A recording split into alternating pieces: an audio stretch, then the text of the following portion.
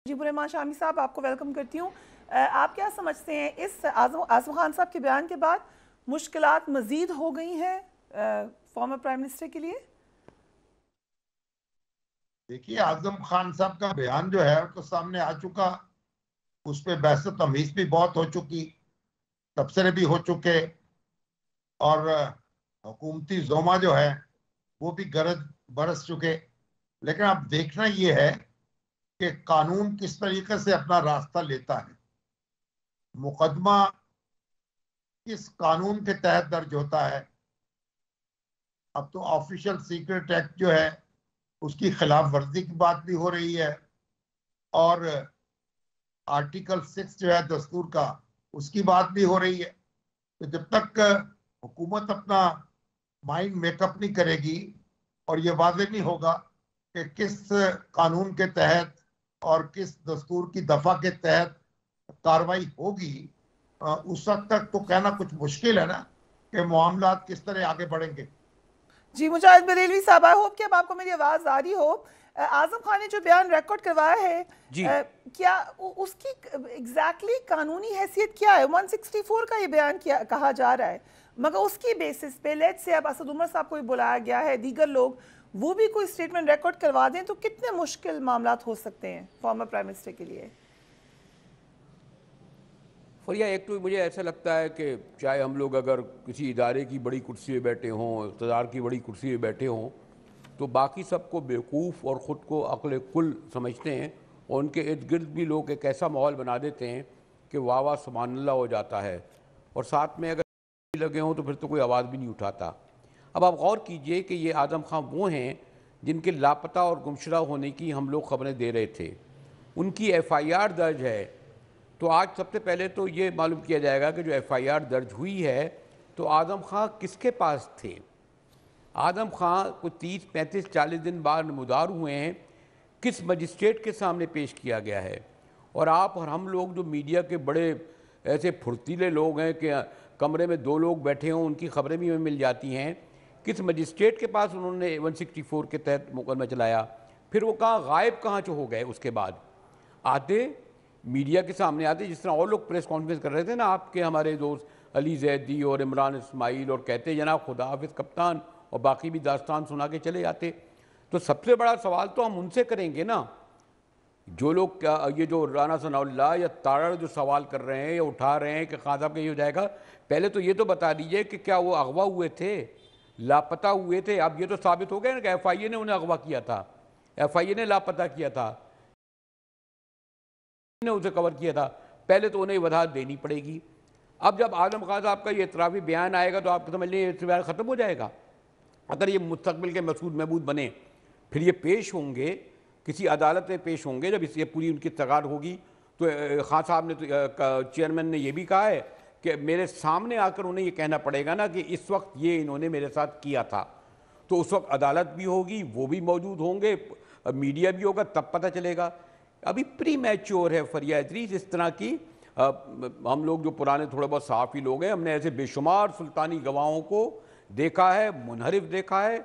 ये और बात है कि आज तक जैसे भुट्टो का ड्यूरिशल मर्डर ही कहलाता है ना, उस वक्त की कोरस की ज़बान में बहुत दाएं बाजू का हल्का और मीडिया और मुखालफिन कर रहे थे, कोई आवाज़ भी उठाने वाला नहीं था। खुद पीपल पार्टी के लोग भी मुनहरिफ हो गए थे, जिस तरह आज इन लोगों के हो रहे हैं। सब सुल्तानी गवाह बन गए थे, सोना मुंडा से लेकर कौन कौन। तो ये जो अभी प्री मैच्योर है कि 24 घंटे की बयान पर हम कह दें कि हाँ काबिल सज़ा है, गिरफ्तार भी हो सकता है। और जहाँ ये तारड़ साहब और ये लोग कह रहे हैं ना इस तरह के बयान, इल्ला माशाल्लाह ज़रा हमें भी 12-18 घंटे के लिए उनके हवाले कर देना, बग़ैर AC के और बग़ैर लाइट के और पानी के। मैं पहले भी कह चुका हूँ, देखिएगा वो कैसे सुल्तानी गवाह बन के बयान देते हैं। हम देखते हैं उनकी बहादुरी और जुर्रत कितनी बड़ी होती है। आज़म खान की बुनियाद के बयान पर जी आपने खुद मेंशन किया कि आज़म खान साहब थे ना, तो हमें बताया जाए किसके पास थे वो। आज़म खान से तो ये पूछा जाएगा कि पहले आप 25 दिन किसके पास थे, ये पूछा जाएगा या नहीं पूछा जाएगा। लेकिन उनको FIR दर्ज है ना उनके खिलाफ, कंपेयर किया जाता है उनको फवाद हसन फवाद साहब से कि वो कस्टडी में थे मगर उन्होंने ऐसा कोई बयान नहीं दिया। उनको कंपेयर किया जाता है दीगर लोगों के साथ। आप कैसे देखते हैं इस कंपैरिजन को? किस ज़माने में वो करते रहे। अब ये जो अब उनकी ज़बानें खुली हैं ना 9 मई सबके बाद जब ये हुकूमत चली गई, जो इनके बयानात आने शुरू हुए और आज सब ये लोग जो बहादुर और जरूरतमंद बन रहे हैं, क्या हाईजैकिंग केस जो मियाँ साहब के खिलाफ अक्टूबर 99 का था, उसके लिए सुल्तानी गवाह कौन था? सिविल एविएशन अथॉरिटी के चेयरमैन थे ना। इससे बड़ी कोई गद्दारी थी कि एक जहाज में था मौजूद, वो जहाज अगवा हुआ, ये हुआ था ना फरिया, और जहाज अगवा हुआ और बाकायदा उसके एविडेंस थे, उस पर सज़ा हुई ना मियाँ साहब को या नहीं हुई? तो क्या हुआ फिर? बाकायदा सुल्तानी गवाह को पेश होना पड़ता है। अब हम देखेंगे ना वो पेश होंगे या नहीं बराह रास्त उनके खिलाफ। राइट जी नसरुल्लाह पहले तो बताना पड़ेगा उनको ये कि आप 30 दिन से कहाँ थे, किसके पास थे, आपके अपने दोस्तों रिश्तेदारों को नहीं पता था कहाँ थे, और किस मजिस्ट्रेट के सामने पेश हुए, कब पेश हुए, फिर उनको चैलेंज किया जाएगा, फिर मीडिया के सामने आए, फिर हम पूछते हैं। और एक और बात भी है, ये रिटायर्ड नहीं है, ये अभी तक ग्रेड 22 के अफसर हैं। आजम खान साहब सरकारी मुलाजिम हैं ये मौजूद। जी फरिया। राइट नसरुल्लाह मलिक साहब, आप क्या समझते हैं? आज राना सनाउल्लाह साहब ने तो कहा कि बड़े संगीन इल्ज़ामात हैं, बहुत संगीन इसके नताइज निकलेंगे। 25 जुलाई को FIA ने तलब भी कर लिया है। क्या आप गिरफ्तारी एक्सपेक्ट करते हैं इस बेसिस पर? देखिए फरिया, पहली बात तो ये है कि इसमें तो कोई दूसरी राय नहीं कि ये जो बयान है 164 का, इसको दोबारा जो है वो तस्लीम करना पड़ेगा आज़म खान साहब को और अपने बयान पर कायम रहना पड़ेगा। अगर वो अपने बयान पर कायम नहीं रहते तो उसकी हैसियत नहीं रहेगी। लेकिन मैं मुजाहिद बरेलवी साहब की खिदमत में कुछ गुजारिशात कर दूँ। पहली गुजारिश तो ये है कि ये मुकदमा को आज कायम नहीं हुआ, ये नवंबर 2022 से जारी इंक्वायरी का एक हिस्सा है जिसमें इमरान खान साहब को भी अब तलब किया गया है। आज़म खान साहब फिर जिस मुकदमे की हम बात कर रहे हैं जी कि वो कहाँ थे, कैसे बताएंगे, वो बता चुके हैं। और उनका जो मुकदमा था, जो FIR दर्ज हुई थी, वो खारिज इसलिए हो चुकी है कि उन्होंने कहा था कि मैं अपने किसी दोस्त के पास था।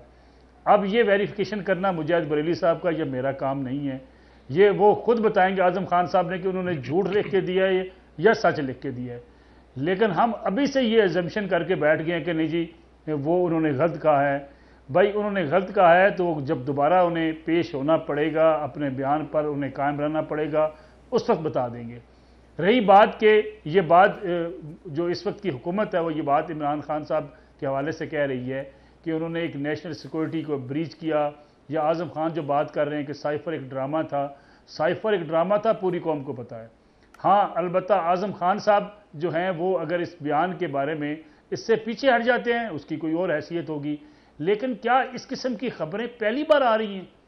क्या मकसूद चपड़ासी को मुजाहिद बरेली साहब ने देखा था, कहीं मिले थे उसे जाके?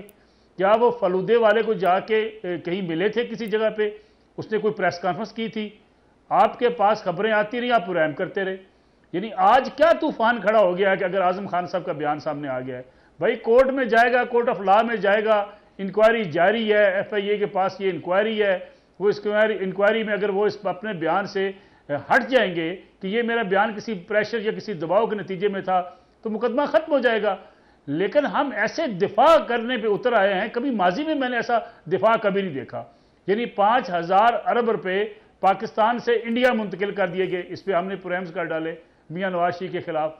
हमने कहा जी इस मुल्क के अंदर से फलां चीज़ें कर ली गई, यानी इतने 1000 अरब बजट में से लूट लिए गए, कोई हमने प्रोग्राम्स नहीं देखे किसने प्रोग्राम्स किए हों। यानी साहब ने कहा कि 10 अरब रुपये शहबाज शरीफ साहब ने जो है रिश्वत ऑफर की, मुझे केस बना, सब खुद पेश नहीं हुए। यानी हम सही बात है कि जो सच है उसको सच को माने, और जो दुरुस्त अगर चले वो फर्ज कर ले एक लम्हे के लिए कि जी वो कहीं और चले गए थे, अगवा हो गए थे। भाई वो जब बयान दे रहे हैं, जब कोर्ट में पेश होंगे बता देंगे कि मुझे अगवा किया गया था।